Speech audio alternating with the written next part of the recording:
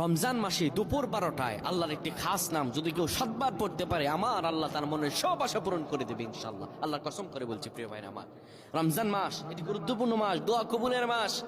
রমজান শাহরু রমাদান, এই যে রমাদানে আল্লাযী উনজিলা ফিল কোরআন, আমার আল্লাহ কোরআন নাজিল করেছেন। সুবহানাল্লাহ, কোরআন নাজিলের মাস রমজান মাস।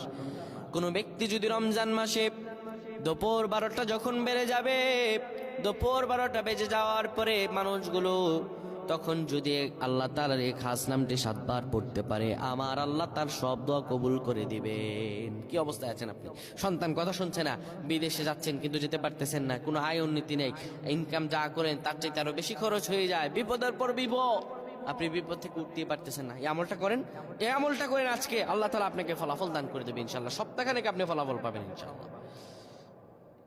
যখন দুপুর 12টা বেজে যাবে, আপনি তখন কোনো মসজিদ কিংবা ঘরের